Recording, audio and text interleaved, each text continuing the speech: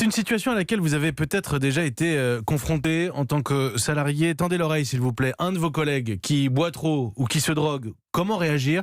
C'est toute la question ce matin. Oui, selon un sondage Elab qui est publié justement ce matin, 44% des salariés français ont le sentiment d'être confrontés fréquemment aux pratiques addictives dans leur milieu professionnel, que ce soit l'alcool, le cannabis ou même les médicaments.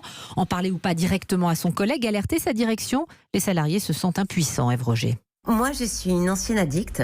J'arrivais de plus en plus tard le matin. Je me surmaquillais. Je me disais à chaque fois, est-ce que ça se voit, est-ce que ça se voit pas quand on me parlait. On ne m'a jamais rien dit. Pendant près de 20 ans, Ariane Pommery, juriste en entreprise, a fait semblant que tout allait bien. Mariée, mère de famille, elle buvait pourtant tous les jours et beaucoup trop. Aujourd'hui, elle regrette qu'aucun de ses collègues ne lui ait tendu la main. Et vous voyez, j'ai perdu des années et des années parce que si quelqu'un avait eu le courage de me dire, mais enfin Ariane, ça ne va pas d'arriver aussi tard, j'aurais réagi plus tôt. Je pense qu'on n'osait pas m'en parler parce que ça fait trop peur aux gens. Et c'est vrai, 70% des salariés ne savent pas comment aborder le sujet, confirme Alexis Péchard, addictologue et fondateur de GAE Conseil. La personne qui se blesse, on lui porte assistance, on lui porte secours. À partir du moment où on est sur la question de la consommation d'alcool ou de stupéfiants, on va dire, je veux pas rentrer dans sa vie privée. Il faut absolument s'en mêler, dit-il, mais pas seul avec le médecin du travail. Certains grands groupes français dans les travaux publics ou la banque font aujourd'hui intervenir directement des addictologues pour aider des salariés addicts à l'alcool, mais aussi aux jeux ou même à la pornographie.